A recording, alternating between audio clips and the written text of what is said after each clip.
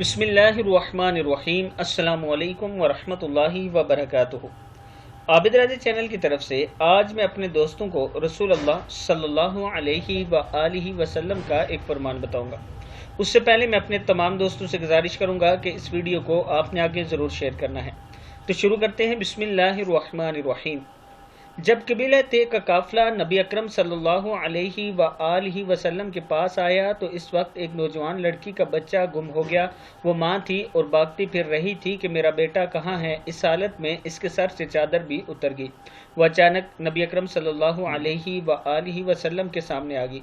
अल्लाह के नबी करीम सल्लल्लाहु अलैहि व आलिहि वसल्लम ने एक सहाबी को चादर देकर फरमाया कि इस लड़की को दे दो ताकि सर ढांप ले।